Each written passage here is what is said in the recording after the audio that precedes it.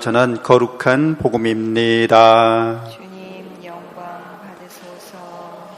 그때 예수님께서 말씀하셨다. 불행하여라 너희 위선자 율법학자들과 바리사이들아, 너희가 박하와 시라와 소희 향은 11조를 내면서 의로움과 자비와 신의처럼 율법에서 더 중요한 것들은 무시하기 때문이다. 그러한 11조도 무시해서는 안 되지만 바로 이러한 것들을 실행해야만 한다. 눈먼 인도자들아, 너희는 작은 벌레들은 걸러내면서 낙타는 그냥 삼키는 자들이다. 불행하여라 너희 위선자 율법학자들과 바리사이들아, 너희가 잔과 접시의 것은 깨끗이 하지만 그 안은 탐욕과 방종으로 가득 차 있기 때문이다. 눈먼 바리사이야, 먼저 잔 속을 깨끗이 하여라. 그러면 겉도 깨끗해질 것이다. 주님의 말씀입니다. 그리스도님 참여합니다. 참예수님, 하나님의 복동이 고맙습니다. 고맙습니다. 고맙습니다.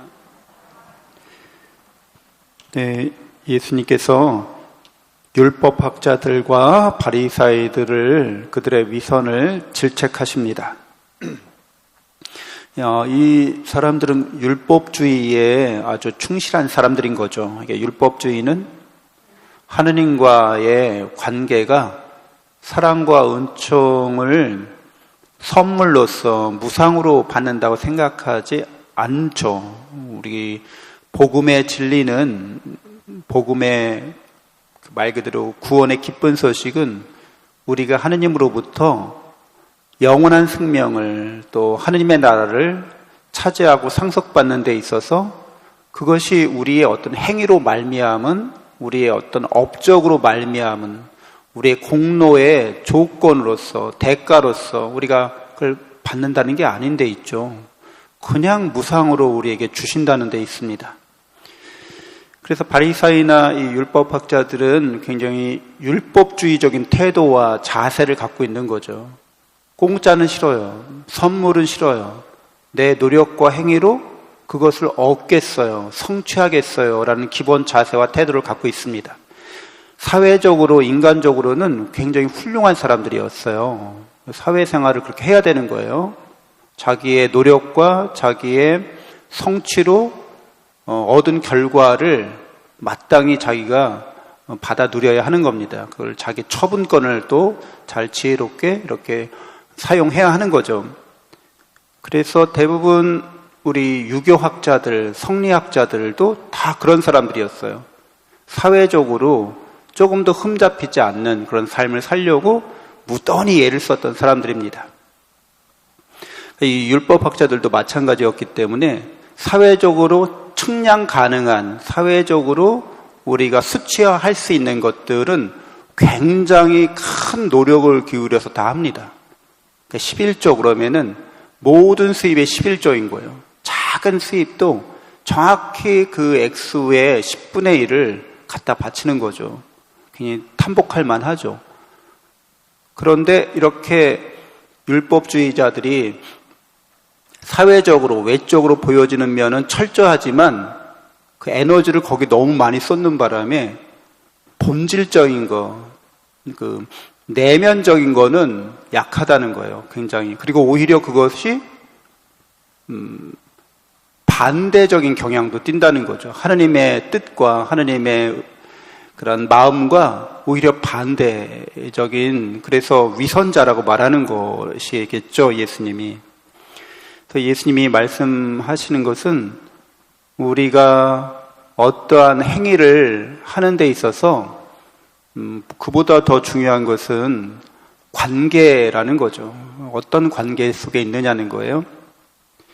그래서 우리가 어떤 사람들과 어떤 행위를 같이 할 때, 사회적 행위를 할 때 겉으로는 똑같은 행위라고 할 수 있지만 내면적 관계 안에서는 우리가 다른 의도, 다른 내면적 동기를 갖고 행위할 수 있죠. 더 가까운 사람에게는 똑같이 인사하더라도 그 의미가 다른 거예요. 계량하거나 수치화할 수 없는 영역이 분명히 우리에게 있습니다. 이런 관계와 태도가 중요한데 이런 관계라고 하는 건 말 그대로 하느님과의 관계가 제일 첫 번째이기도 하고 우리가 관계를 통해서 우리 존재를 이렇게 정립시킨다는 거죠. 부모님과의 관계에 의해서 아들이라고 하는 나의 관계가 나의 정체성이 정립되는 것처럼 사회적 관계 안에서 서로 간에 어떤 관계를 맺고 있는지가 나의 그 관계에 맞는 정체성, 나의 말과 생각과 이런 행위들을 이렇게 규정합니다. 어울리지 않는 생각과 말과 행위를 하는 것을 우리는 부당하다고 합니다. 비인격적이다. 그런 말은 하면 안 돼. 이 상황에서 그런 이야기를 하면 안 돼. 이런 것들을 이제 익혀가는 거죠.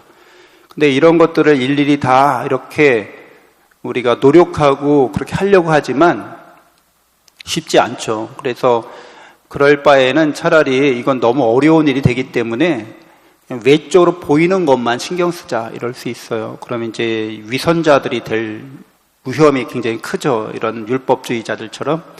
예수님께서는 우리의 존재를 하느님과의 관계 안에서 늘 정립시켜 주십니다. 나라는 존재는 하느님과의 관계에 있어서 하느님을 닮은 영적인 존재라는 거죠. 영원한 사랑을 받는 존재고 구원의 은혜를 충만히 받은 복된 존재라는 겁니다. 영원한 생명과 행복이 우리에게 이미 충만하다는 거죠. 이게 본래 하느님과의 관계에 있어서 나 자신이기 때문에 자기 자신을 하느님과의 관계에서 바로 세운 사람은 이런 외적인 말과 행위와 이런 데 있어서 적절하게 중용의 길을 걸어갈 수 있게 됩니다.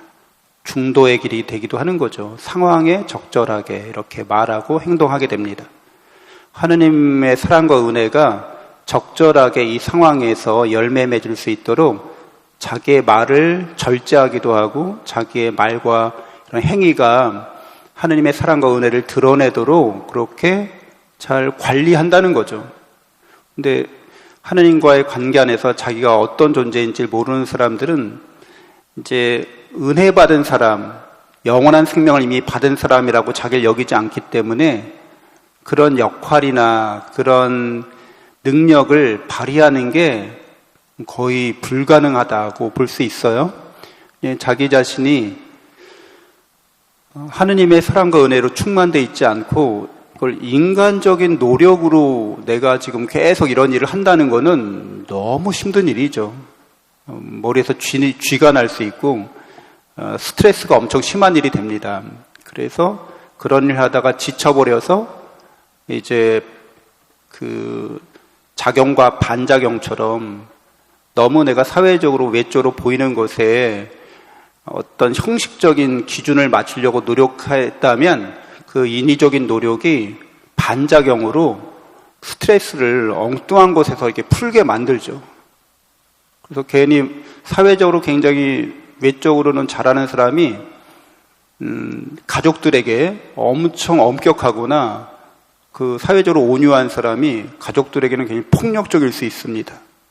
이게 그 사람이 자기가 누군지를 모르는 거죠. 그래서 속을 깨끗이 하면 겉도 깨끗해진다고 얘기하고 있습니다. 우리가 영적으로 영원한 생명과 행복을 얻은 사람이라는 것을 깨닫고 믿게 되면 우리의 외적인 행위나 사회적인 어떤 행위에 대해서 그렇게 크게 우리가 좌우되거나 그렇게 휘말리지 않을 수 있습니다. 사회적으로 살아가면서 인생 살아가면서 좋은 일이 있게 되면 그것이 우리에게 힘이 되죠. 내가 직장에서 진급을 했다든지 아니면 하고 있는 사업이 번창한다든지 어디 투자했는데 크게 잘 되고 있다든지 그러면 그게 우리 삶을 살아가는 힘이 되죠. 근데 그런 힘은 영원한 힘이 되지 못하고 영원한 기쁨이 되지 못한다는 건 너무나 잘 알고 있습니다. 하느님의 사랑과 은혜로 말미암은 구원의 사건에 예수 그리스도의 십자가 죽음과 부활의 사건이 나에게 영원한 생명과 하느님 나라를 상속받게 했다는, 그래서 내가 바로 그걸 상속받은 사람이라는 것을 깨닫고 확신하는 사람은 영원한 기쁨의 샘을 자기 안에 내면에 간직하고 살아가게 됩니다. 잠시 묵상하겠습니다.